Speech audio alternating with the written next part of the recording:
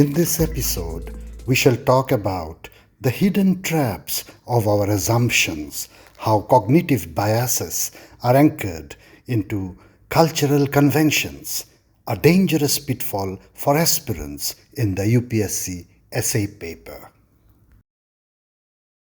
The Japanese Language Proficiency Test, or JLPT, has 5 levels of language proficiency: N1, N2, N3, N4, and N5. Now hold on, let us pause for a moment. If you had to guess which one should be the starting level, what will you do? Our intuitive mental models, shaped by our school systems and our ingrained knowledge of the numbering convention, immediately creates a mental shortcut and navigates our thoughts to tell that N1 must be the beginner's level, that the starting point, and N5 the advanced one. After all, in school, we start from class 1 and kept climbing upwards. Numbering convention always moves in ascending order, where 1 usually signals the beginning. But here comes the twist. In JLPT, N5 is the beginner's entry point, the starting point, while N1 is the most advanced. At first glance, this seems quirky, even illogical. Why? Because it defies convention. But it also offers a deep and profound lesson about our assumptions, our mental models, our cognitive biases, and the way we process information frameworks. It is precisely this mental reframing that nurtures curiosity and allows us to relook at our cognitive biases, essential for mastering the UPSC essay paper. To understand this reversal of levels in JLPT, let us compare 2 metaphors: a ladder and a funnel. A ladder represents linear progression. Each rung is separate, distinct, and higher, meaning better.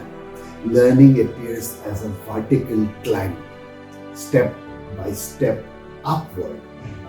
This cultural convention of levels in education is structured in upward ascent through discrete levels, globally following the numbering convention. Now, let us replace the ladder with a funnel. At the broad mouth of the funnel is the beginner's starting point, JLPT level N5. Here, learners encounter many words, phrases, and patterns, but only superficial. But as they progress downward, the funnel narrows, the breadth shrinks, the depth intensifies.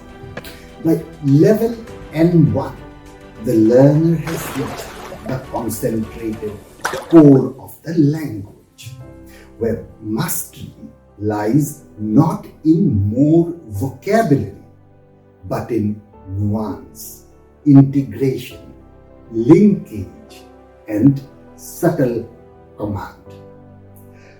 The JLPT's reverse numbering of levels is an inversion of convention, and hence it matters deeply at the level of human cognition, because it forces us to confront the hidden traps of our assumptions, specifically cognitive anchoring biases that are rooted deeply, as in this case here, in our cultural conventions of school grades and hierarchical level progressions. The reversion of JLPT levels overturns our instinctive belief that one must mean beginner. This paradox forces us to pause, question, and rewire, and in that disruption lies its power. This counterintuitive numbering reminds us that systems and frameworks are not absolutes. They are just human conventions. To accept N1 as not the highest but the deepest level in this inverted system is to rewire and retrain our mind by reframing and shifting our perspectives, dismantling our ingrained mental models to approach complexity through a systematic lens. The inversion of convention in JLPT levels stems from the philosophy that mastery is not breadth without end, but concentration at the core. True understanding emerges not by climbing endlessly upward, but by cultivating discipline of depth and coherence over superficial breadth of the surface. The lesson here is that by confronting paradox, embracing ambiguity, and shifting mental frameworks systematically, we can resist the traps of assumption and craft coherence out of complexity that every essayist must use as a tool for their intellectual agility of their mind. Now, before we conclude, I have a question for you. What is color? No, please do not rush to search on Google or use any AI tools immediately. Please drop that instinctual habit for now. Why?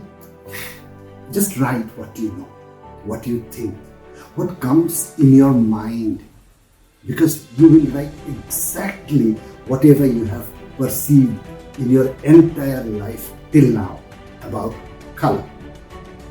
Because your writing will show you the function of your own cognitive process, your assumptions, your biases, the limits of your mental models.